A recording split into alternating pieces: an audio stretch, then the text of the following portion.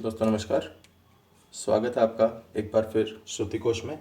और हम बात कर रहे हैं जो हमारे सूफ़ी सिलसिले हैं उनकी, और उसी श्रृंखला में आज हम बात करने वाले हैं मदारी सिलसिले की। तो आइए शुरू करते हैं। मदारी सिलसिला। मदारी सिलसिला। तो दोस्तों शुरू करें मदारी सिलसिला। उससे पहले अगर आपने अब तक श्रुति कोश चैनल को सब्सक्राइब नहीं किया है तो आप सब्सक्राइब कर लें, जिससे कि लेटेस्ट वीडियो आपको प्राप्त होते रहे। तो शुरू करते हैं दोस्तों। सबसे पहले बात करें कि मदारी सिलसिला जो है वो मदारी सिलसिले के प्रवर्तक कौन है। दोस्तों मदारी सिलसिले के प्रवर्तक हैं शाह मदार। शाह मदार ये मदारी सिलसिले के प्रवर्तक हैं। और इनका जो वास्तविक नाम था दोस्तों बहाउद्दीन। वास्तविक नाम था इनका बहाउद्दीन। बहाउद्दीन इनका वास्तविक नाम था। जन्म से ये यहूदी थे। जन्म हुआ था इनका 1315 ईस्वी में, और स्थान था एलेप्पो। इनके पिता की मृत्यु के बाद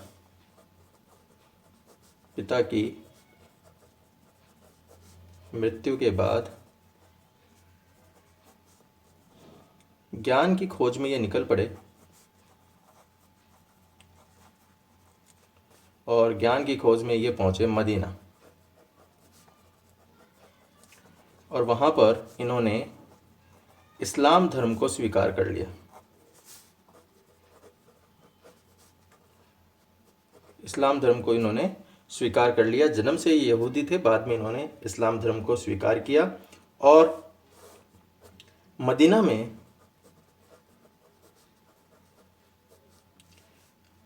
से ये पहुँचे हरमुज होते हुए ये भारत आए।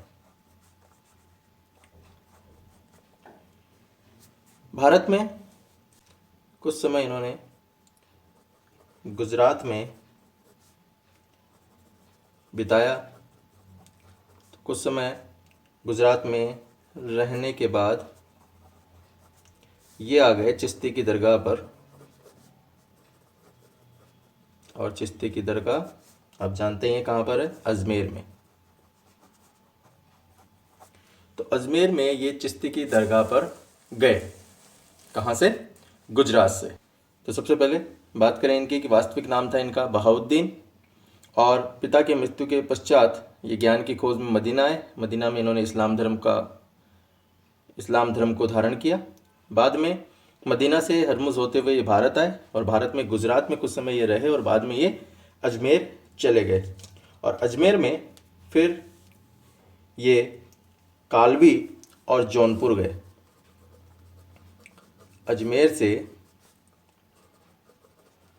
कालवी तथा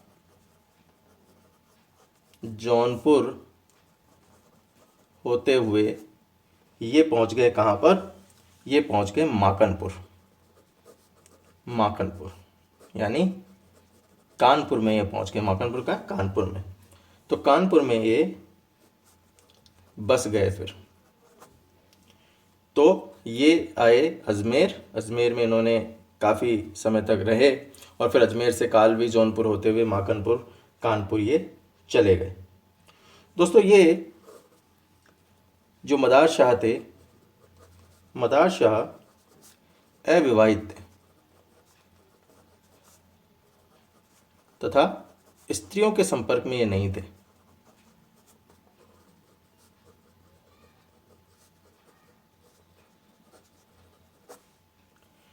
जो मदारी संप्रदाय है, मदारी संप्रदाय के अनुयायी, उनकी जो कहानियां हैं, उन कहानियों के आधार पर ही अक्षरशः से उनको अपनाते हैं। मदारी संप्रदाय के जो अनुयायी हैं, उनकी कहानियों को अक्षरशः सत्य मानते कि शाह मदार जो हैं, शाह मदार के लिए प्रसिद्ध है कि इन्होंने 12 वर्ष तक अन्न जल ग्रहण नहीं किया तथा हर समय ये अपना चेहरा ढककर रखते थे। और ऐसा क्यों करते थे वो? ऐसा इसलिए करते थे क्योंकि उन्हें देखकर लोग बेहोश हो जाते थे।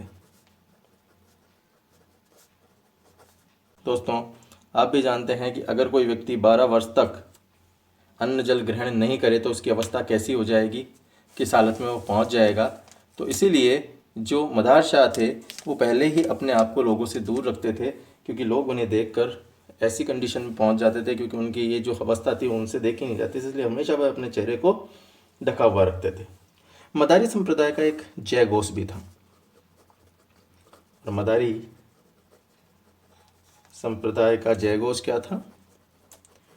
जय घोष है इनका दम मदार। दम मदार, तो इसको हम मदार जीवनाधार भी कहते हैं, यानी मदार क्या? जीवन का आधार। तो दम मदार कहा जाता है, यानी मदार ही जीवन का आधार है। ये इनका जय घोष है। जब भी कोई कार्य करते हैं ये, तो इस जय घोष के साथ ही करते हैं, दम मदार। मदारी जो संप्रदाय है, मदारी संप्रदाय में साधना की पराकाष्ठा को प्राप्त दरवेश नग्नावस्था के अंदर रहते हैं तथा अपने शरीर पर राख मलते हैं। ये मदारी संप्रदाय की जो साधना करते हैं, साधना में लीन रहते हैं, ऐसे व्यक्ति हमेशा जो दरवेश होते हैं वो नग्नावस्था में रहते हैं तथा अपने शरीर पर राख को मलते रहते हैं। और शीतकाल में भी ये लोग कोई वस्त्र शरीर पर नहीं रखते। शीत काल में भी ये लोग कोई वस्त्र शरीर पर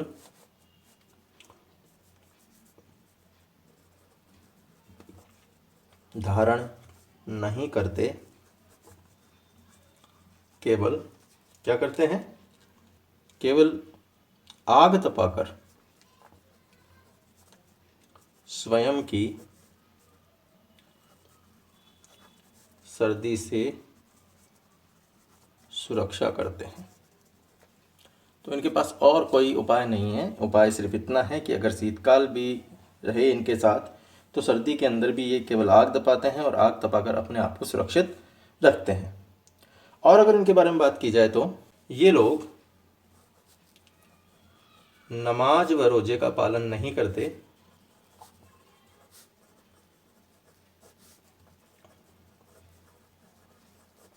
नमाज व रोजे का पालन नहीं करते और इनमें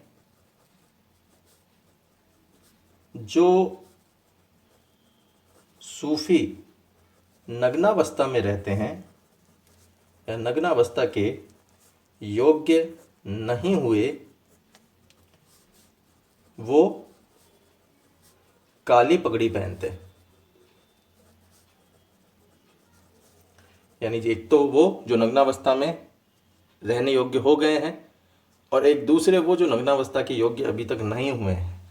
तो जो नग्नावस्था के यानी नग्नावस्था में जो है वो तो क्या है, साधना की पराकाष्ठा उनको प्राप्त हो गई है, लेकिन जो नग्नावस्था के योग्य अभी तक नहीं हुए हैं वो इस राह पर हैं। तो ऐसे लोग जो हैं वो काली पगड़ी पहनते हैं और हाथ में काला डंडा लिए रहते हैं, और हाथ में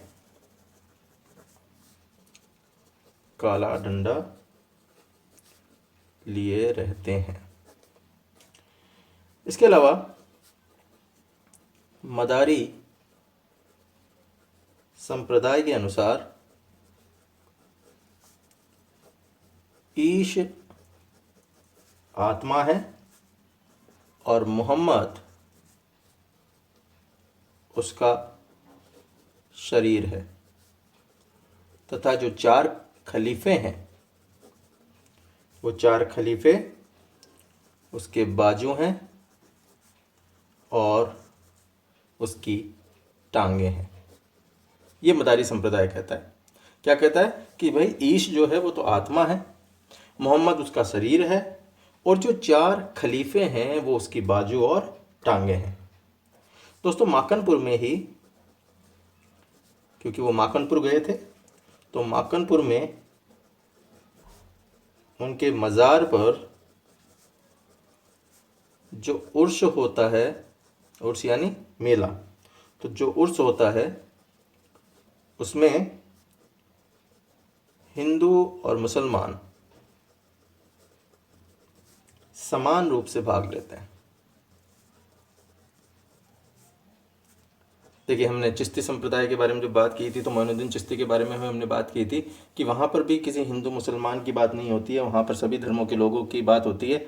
इसी तरह से जो शाह मज़ार थे, शाह मज़ार की भी यही स्थिति थी कि वहाँ पर हिंदू मुसलमान सभी जो लोग थे वो समान रूप से अपना आते थे, अपना मत्था टेकते थे। और उर्स के दिनों में एक खास बात जो मदारी संप्रदाय के लोग करते थे, उर्स के दिनों में मदारी संत नंगे पैर आग पर चलते हैं। जब भी इनका उर्स होता है तो उस उर्स के अंदर जो संत हैं वो नंगे पैर आग पर चलते हैं। एक शब्द और इनके साथ आता है, वो है धमाल कूदना। धमाल कूदना क्या है? ये धमाल कूदना दोस्तों, लोग उनके जन्म दिवस पर, यानी शाह मदार के जन्म दिवस पर, लोग उनके जन्म दिवस पर आटे की बनी हुई चीज़ें, मांस तथा अन्य जो खाने पीने की चीज़ें हैं उनको चढ़ाते थे, और कुछ जो लोग थे उनके नाम से आग पर चलते हैं। तो इसे ही क्या कहा जाता है? धमाल कूदना कहा जाता है। इसे ही क्या कहते हैं? धमाल कूदना कहते हैं। और धमाल का अगर हम अर्थ बात करें तो धमाल का क्या अर्थ है? धमाल का अर्थ है दोस्तों पुण्य स्थान। पुण्य स्थान। तो शाह मदार की जो मज़ार है वो इनके लिए पुण्य स्थान के रूप में है, और वहीं पे ये धमाल कूदना जो कार्य है वो करते हैं। यानी उनके जन्म दिवस पर आटे की बनी हुई चीज़ें, मांस या अन्य जो खाने की चीज़ें हैं वो वहाँ पर चढ़ाते हैं, और कुछ लोग उनके नाम से आग पर चलते हैं। तो ये हमने बात की मदारी संप्रदाय की। अब नेक्स्ट हम बात करते हैं रसूल संप्रदाय की। अगला हमारा संप्रदाय है, अगला हमारा सिलसिला है रसूल सिलसिला। रसूल सिलसिला, इस रसूल सिलसिला के जो प्रवर्तक हैं वो प्रवर्तक हैं दोस्तों रसूल शाह। रसूल शाह इसके प्रवर्तक हैं, और इस सिलसिले के जो प्रवर्तक हैं वो हैं अलवर के पास बहादुर कस्बे के। अलवर के पास बहादुरपुर कस्बे के थे। अब इनके जो रसूल सिलसिला है, ये इस रसूल सिलसिला को एक कहानी के माध्यम से मैं आपको बता देता हूँ। दोस्तों, औरंगजेब के उत्तराधिकारियों के समय में नियामतुल्ला नामक एक धनी व्यक्ति था, धनी जौहरी था, जो अलवर से 20 मील दूर बहादुरपुर का रहने वाला था। दोस्तों, व्यवसाय के सिलसिले में इसको जब जाना पड़ा तो वह दाऊद नाम के संत से मिला, और वहाँ पर दाऊद जो हैं वो शराब पीते थे। जब ये दाऊद के पास पहुँचे नियामतुल्ला, तो उसके पास जाने पर उन्होंने उसे शराब पीने के लिए दी। संत के सम्मान के लिए, क्योंकि संत ने दी थी, दाऊद संत जो थे उन्होंने दिया, तो शराब को संत के सम्मान के लिए उन्होंने उसे पी लिया। जैसे ही उसने वो शराब पी, उसका कायापलट हो गया और वह ईश्वरीय ज्ञान उसे प्राप्त हो गया। वह सब कुछ त्याग कर फकीर हो गया और दाऊद के पास बैठ गया, वहीं रह गया। दोस्तों, एक दिन दाऊद ने नियामतुल्ला से कहा कि उसकी मृत्यु का समय आ गया है, लेकिन उसकी आत्मा नियामतुल्ला के भीतर प्रवेश कर जाएगी। दाऊद ने नियामतुल्ला से यह भी कहा कि वह उसकी मृत्यु के पश्चात अलवर चला जाए और वहाँ उसे सईद रसूल मिलेगा, तो वह सईद रसूल को शिष्य बनाए और उसे आध्यात्मिक ज्ञान दे, जिससे रसूल के द्वारा एक नया संप्रदाय जन्म लेगा। दाऊद की मृत्यु होने पर नियामतुल्ला अलवर चले गए और सईद रसूल शाह को बुलावा भेजा, और जब सईद रसूल शाह उनके पास आए तो उनको शराब पीने को दी, जैसा कि उसके साथ हुआ था। शराब पीते ही रसूल शाह का जीवन परिवर्तित हो गया और उसने अपना सिर मुंडवा लिया, मूंछ और भुहों को भी साफ करा दिया और नियामतुल्ला का शिष्य हो गया। एक दिन दाऊद की तरह ही नियामतुल्ला ने भी रसूल शाह से कहा कि भाई उसकी मृत्यु का समय आ गया है, उसकी आत्मा रसूल शाह में प्रवेश कर जाएगी। और यह कहकर साथ में उसे यह भी कहा कि रसूल शाह के नाम पर एक संप्रदाय को तुम्हें उसकी प्रतिष्ठा करनी है, जो कि दाऊद ने कहा था। रसूल शाह ने नियामतुल्ला की मृत्यु के बाद अपने नाम से ही रसूल सिलसिले की स्थापना की, और ये जो संप्रदाय था, इस संप्रदाय के लोग बाद में उसी तरह से जो सिर पर उजला या काला रुमाल बांधते थे और अपनी दाढ़ी मूछें वगैरह मुंडवा कर रखते थे। तो इस प्रकार रसूल शाह के द्वारा रसूल शाही सिलसिले की स्थापना हुई। तो आइए बिंदुवार हम इसे देख लेते हैं कि ये रसूल शाही सिलसिला क्या क्या है, जिससे कि आपको दोबारा वो रिपीटेशन में याद हो जाएगा। तो सबसे पहले हम बात करते हैं कि दाऊद ये संत थे,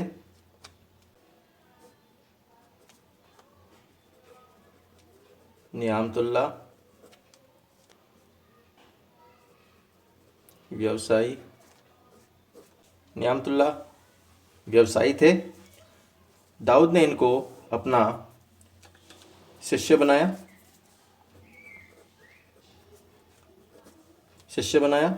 और शिष्य बनाने की जो परंपरा थी वो थी शराब पिलाकर। इनको शराब पीने से क्या हुआ?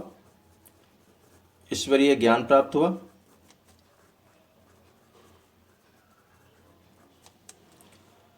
इसके बाद ये दाऊद के कहने पर उनकी मृत्यु के बाद अलवर चले गए और यहाँ पर किससे मिले? यहाँ पर मिले रसूल शाह से। और रसूल शाह कौन था? रसूल शाह था इनका शिष्य। रसूल शाह इनका शिष्य था और रसूल शाह ने ही बाद में किसकी स्थापना की? रसूल सिलसिले की स्थापना की। ठीक है, ये रसूल सिलसिले की स्थापना की, यानी ये इसके प्रवर्तक हो गए रसूल शाह। नेक्स्ट हम बात करते हैं रसूल शाह ने अपने गुरु नियामतुल्लाह की मृत्यु के बाद अपने नाम से रसूल शाही संप्रदाय चलाया। इस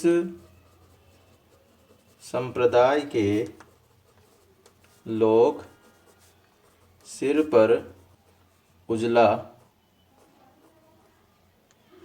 या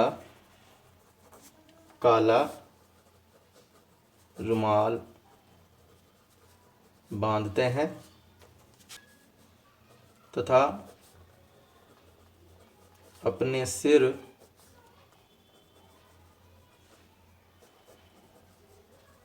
मूँछों और बाहों को मुंडाते हैं। काठ की चड्डी पहनते हैं और गर्मी के दिनों में हाथ में पंखा लिए रहते हैं। दोस्तों, रसूल जो संप्रदाय के लोग हैं वे शराब पीना धर्म विरुद्ध नहीं मानते। शराब पीना ये धर्म विरुद्ध नहीं मानते और उनकी दृष्टि में, इनकी दृष्टि में नशा सेवन धार्मिक कृत्य है।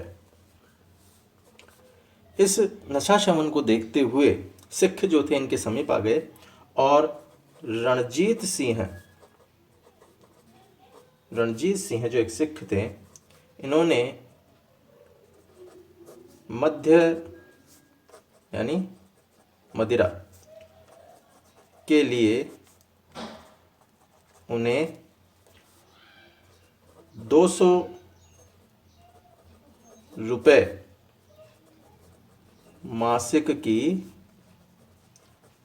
रकम निश्चित कर दी थी कि भाई ये अगर मद्य पीते हैं तो मद्य के लिए या मदिरा के लिए इनको 200 रुपये मासिक दिए जाएंगे। इस संप्रदाय के लोग ब्रह्मचर्य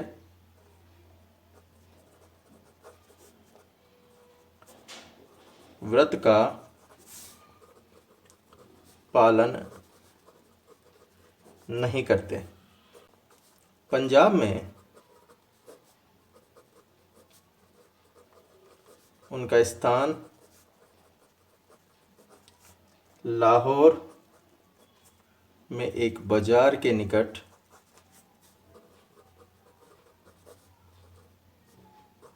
एक इमारत में है। जाने सुमान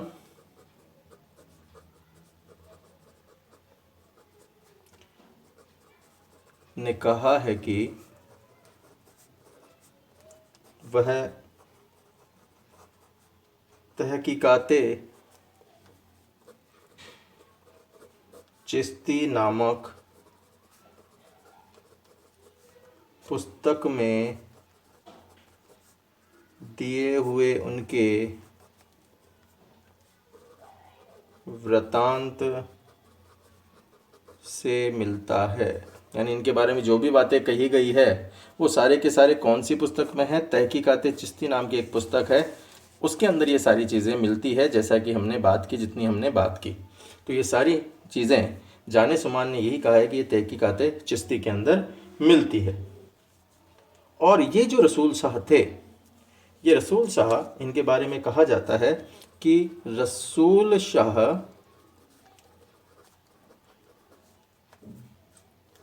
बहाउद्दीन जकारिया मुल्तानी की 17वीं पीढ़ी में है। यानी इनका नाम जो है, ये किस पीढ़ी से बिलोंग करते हैं? ये बहाउद्दीन जकारिया मुल्तानी की पीढ़ी से बिलोंग करते हैं। तो ये है दोस्तों रसूल सिलसिला। तो हमने आज मदारी सिलसिला और रसूल सिलसिला दोनों के बारे में चर्चा यहाँ पर की है। तो इस वीडियो में इतना ही। आशा है आपको वीडियो पसंद आया होगा। धन्यवाद दोस्तों।